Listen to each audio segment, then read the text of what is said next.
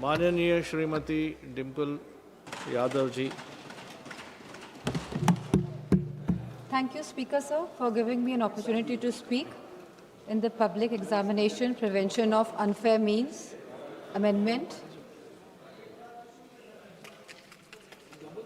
जैसे सुप्रिया जी ने कहा कि 2024 में यह बिल संसद में आ चुका है और आज यहाँ पे अमेंडमेंट हो रहा है। 2024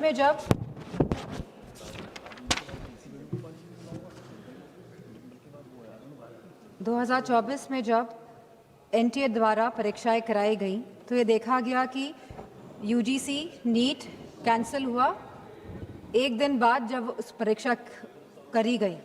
CSIR NEET, NEET PG, CUET ये सब डिले हुए और कैंसिल हुए। इसके बाद सीबीआई इन्वेस्टिगेशन बैठी और आज तक उस इन्वेस्टिगेशन का क्या परिणाम निकला है ये नहीं पता है। तो हम चाहेंगे मंत्री से कि ये बताएं कि इसका क्या परिणाम निकला और कौन कौन लोग इसमें कन्विक्ट हुए। Government appointed an expert panel made 101 recommendation and the center assured the court on 2nd January 2025 it would implement all of them. इसके बावजूद भी 3 मई 2026 को नीट की परीक्षाएं हुई, 12 मई को परीक्षाएं रद्द हो गई और फिर सरकार ने री एग्जाम कराया 21 जून को। लेकिन सवाल इस बात का है कि जब 2024 में कानून बिल पास हो गया था तभी भी ये लीकेज क्यों हुई? ये जो 2024 के बाद भी जो ये लीकेज हुई है, कहीं एक षड्यंत्र तो नहीं है सरकार का? या तो ये षड्यंत्र है या तो सरकार के जो सिस्टम है इसमें परमानेंट लीकेज है। पिछले 2021 से 2026 तक लगभग 90 स्टूडेंट्स ने आत्महत्या की है और इसी के साथ पिछले 40 दिनों में 20 स्टूडेंट्स ने आत्महत्या करी है। और मैं उन सभी का नाम यहाँ लेना चाहूँगी क्योंकि ये आंकड़े नहीं हैं अध्यक्ष जी, ये हमारे बच्चे हैं जिन्होंने अपनी जान गंवाई है इस शिक्षा सिस्टम प्रणाली की वजह से। इनका नाम है चंचल भारती जी, जो ये अब हमारे बीच में नहीं रहे हैं बच्चे, ऋतिक मिश्रा जी, प्रदीप कुमार जी, आकांक्षा चतुर्वेदी जी, शेख सना जी, S Gopika ji, C Vidyanand ji, Simran, are रोशनी, सुशील ढांगे, सिद्धार्थ हेगड़े, अनु कीरथना, भाग्यश्री, अनिष्का पांडे, उमेश माली, रेनू मीना, रिया कुमारी थापा, शिवानी यादव, रीमा बेगम, मैथैली अशोक सोनावने। आज हम सब इसी के साथ सलाम करते हैं, सराहना करते हैं, प्रशंसा करते हैं हमारे युवाओं की, हमारे छात्रों की, हमारे जेनजी की, उनकी हौसले की, उनकी हिम्मत की, जो इस शासन से, इस प्रशासन से डरे नहीं, जिन्होंने मुकाबला किया अहंकारी सरकार के आगे।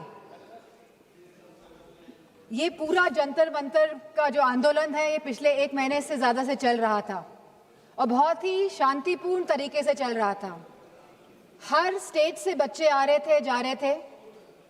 16 तारीख को इसमें अनशन भी करा गया, लगभग 37 स्टूडेंट्स अनशन पे बैठे और इसी के साथ सोनम वांगचुक जी भी इस अनशन पे बैठे। बहुत ही शांतिपूर्ण तरीके से पूरा आंदोलन चल रहा था।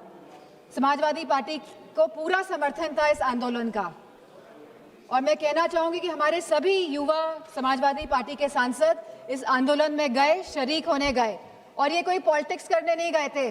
जितने भी हमारे युवा सांसद और जितने भी सांसद और एमएलए गए थे, क्योंकि हम साथ खड़े होना चाहते थे इस देश के युवा के लिए, उनके हक के लिए, उनके अधिकार के लिए। इसीलिए हम सब जंतर मंतर पहुंचे। 18 जून को मैं भी जंतर मंतर गई, वहाँ पे सोनम वांगचुक जी से मिली जो आंदोलन में बैठे थे, जो बिना कुछ खाए पिए जहां उनको 16 दिन हो गए थे, अनशन पे बैठे हुए थे सभी बच्चे और सोनम वांगचुक जी। लेकिन 18 जुलाई को सरकार ने क्या किया? सवाल इस बात का है, जो लोग अहिंसा के साथ बैठे हुए थे, जो लोग गांधी जी के विचारों के साथ सत्य और अहिंसा की लड़ाई लड़ रहे थे, उनको आप लोगों ने सफेद कफन पहनाने का काम किया। 18 तारीख को आप लोगों ने उनको कफन पहनाने का काम किया और गांधी जी के विचारों को आप लोगों ने कहीं ना कहीं कफन पहनाने का काम किया। इस देश में लोकतंत्र तो है, लेकिन वाकई में क्या स्वतंत्रता है? सवाल इस बात का है आज। जिस तरह बच्चे आए 20 जुलाई को, और कहां से नहीं आए, हर प्रदेश से बच्चे आए, यूपी हो, बिहार हो, तमिलनाडु हो, आसपास के मध्य प्रदेश हो, सभी स्टेट से, बॉम्बे हो, सभी स्टेट से, सभी प्रदेशों से बच्चे आए, क्योंकि वो सब अपनी एकता दिखाना चाहते थे। क्योंकि ये लगातार पेपर जो लीक हो रहे हैं, लगातार जिस तरह का दौर चल रहा है आज, और लगातार जिस तरह सरकार आंखें मूंद के बैठी हुई है और जो सुन नहीं रही है, वो अपनी बात रखने आए थे सरकार से, वो अपनी भावनाओं को सरकार के सामने रखने आए थे। वो चाहते थे कि जो एजुकेशन मिनिस्टर है उनका रेजिग्नेशन हो, और तो कोई बात नहीं थी। सब अपनी एकता और अखंडता दिखाने आए थे। For a purpose they had come to Jantar Mantar. लेकिन सरकार ने उनके साथ क्या बर्ताव किया, सवाल इस बात का है। क्योंकि हम लोग भी उस आंदोलन में शामिल हुए।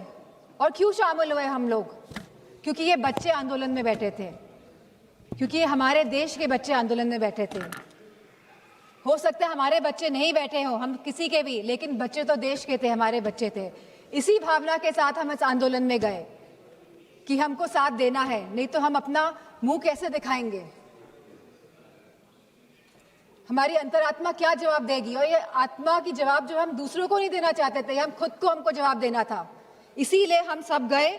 लेकिन जो बर्बरता देखी गई सड़कों पे, उसका बयान नहीं किया जा सकता है।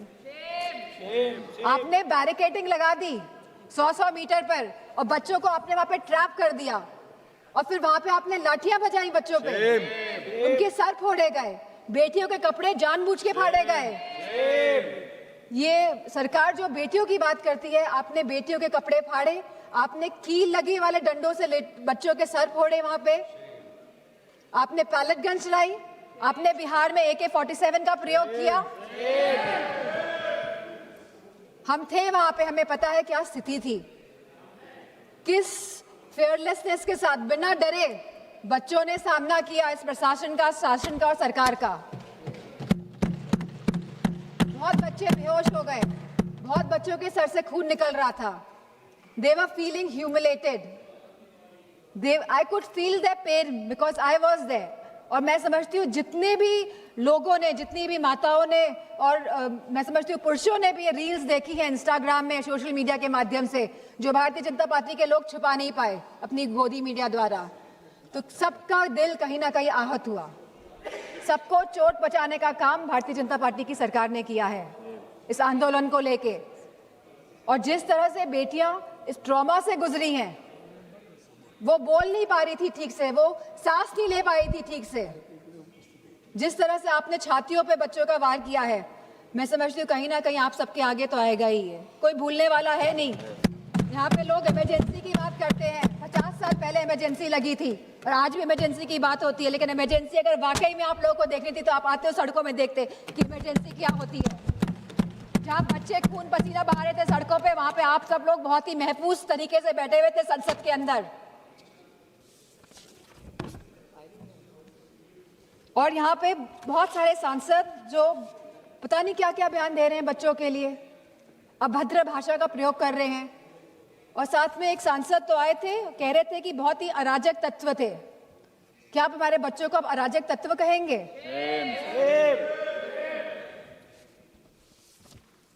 यहाँ पे जो सांसद है वो तो डर के मारे इधर से उधर हो रहे हैं।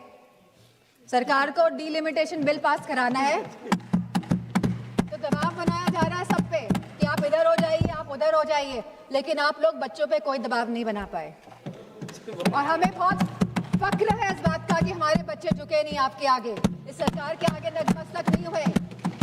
आप लोग तो अमेरिका वालों के सामने नतमस्तक होके आ गए। लेकिन हमें फक्र है कि हमारे बच्चे लड़े और इस लड़ाई को जीते। और मुझे खुशी इस बात की है कि समाजवादी पार्टी पूरी तरह से यूथ के साथ, छात्रों के साथ खड़ी रही और आगे भी हमेशा खड़ी दिखाई देगी।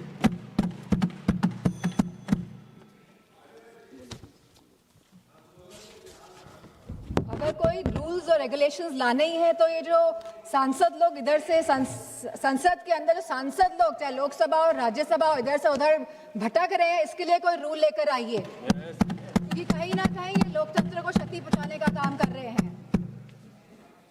और आज जिन बच्चों का खून बहा है, जो बच्चे आहत हुए हैं, जिन बच्चों के साथ बहुत ही गंदा व्यवहार किया गया है सरकार द्वारा, चाहे वो बीजेपी के सभी सांसद हो, चाहे उनके अलायंस पार्टनर हो, सारे लोग ये जिम्मेदार हैं। अध्यक्ष जी, आप सभी को मैं कहना चाहूंगी, अपनी बात को खत्म करना चाहूंगी कि you have ripped the youth of the country of his dignity, respects and rights, but I also salute the youth of the country for they didn't let go of anything. They stayed, they stood, they fought all together. And I have huge love and respect for the children of my country. And इन्हीं शब्दों के साथ मैं सरकार से कहना चाहूंगी, with sincerity and with resolve, transformation is imminent. आप रोक नहीं सकते हैं ट्रांसफॉर्मेशन को, अगर आपके अंदर सिंसियरिटी है और अगर आपके अंदर एक रेजोल्यूशन है। लेकिन आपके अंदर क्या है ये तो आप ही जानते हैं। मैं चाहूंगी कि होम मिनिस्टर आके जवाब दे, जो हमारे बच्चों के साथ बर्बरता की गई। आज आप भारत को डेमोक्रेटिक कंट्री कहते हैं, लेकिन जिस तरह आपने मारा, पीटा और आज भी आप चिन्हित करने का काम कर रहे हैं, तो मैं चाहूंगी कि होम मिनिस्टर आए और इस बात का जवाब दे कि आखिरकार दिल्ली की सड़कों में इतने बड़े आंदोलन में जहां सभी बच्चे थे, निहत्थे थे, अहिंसा के भाव के साथ आए थे, बिना किसी अस्त्र और शस्त्र के, आप लोगों ने इतना हिंसा का प्रयोग क्यों किया। इसी के साथ मैं अपनी बात को समाप्त माननीय श्री अरुण भारती जी